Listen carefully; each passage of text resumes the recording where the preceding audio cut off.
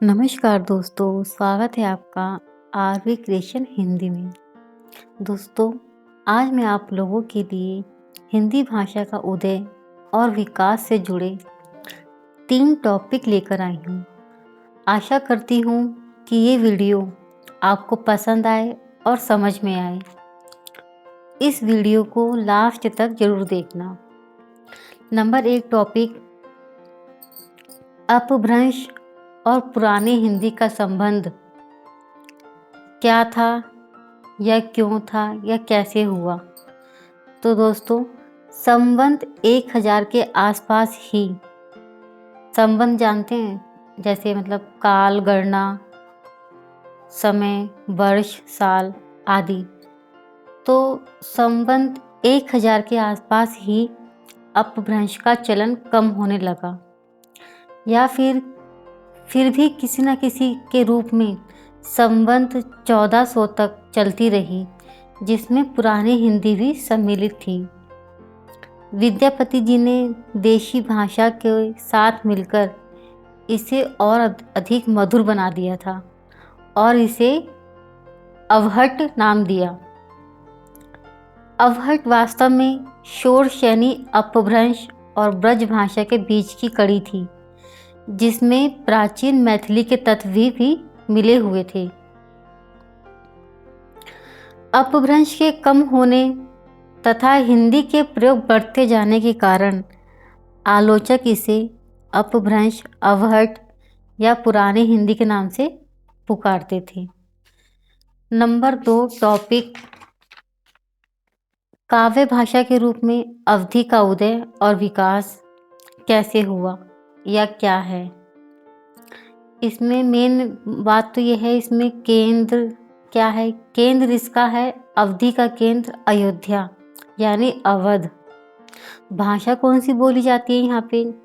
फैजाबाद में बोली जाती है, गोंडा में, बहराइच में, उन्नाव, खेरी, लखनऊ, इलाहाबाद, प्रतापगढ़, जौनपुर आदि जगहों पर अवधी भाषा बोली जाती है। यहाँ की बोली क्या है? बैसवाड़ी प्रमुख उपबोली है यहाँ की।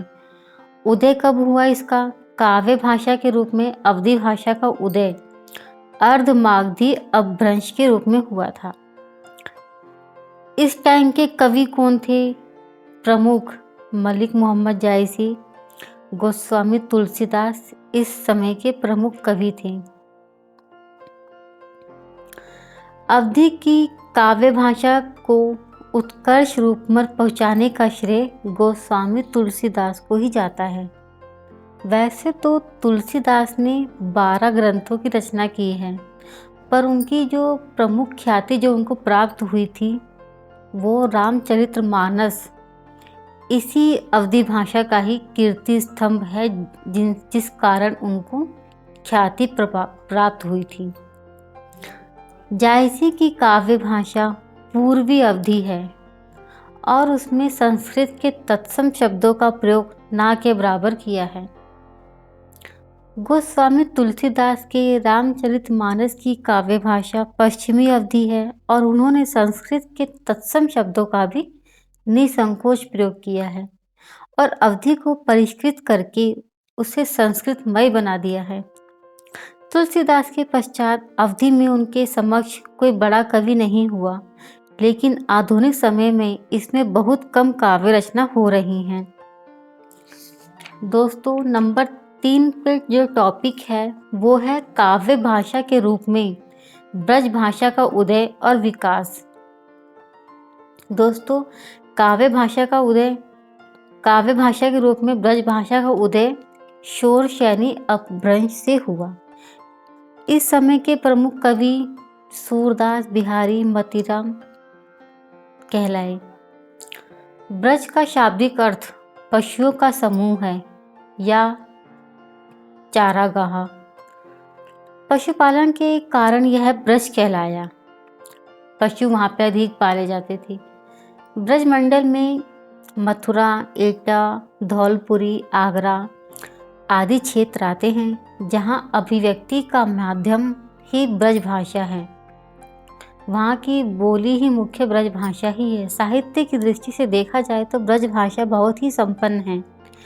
काव्य के रूप में ब्रजभाषा का उदय 12वीं शताब्दी में माना गया है। तब इसे उस समय पिंगल कहा जाता था।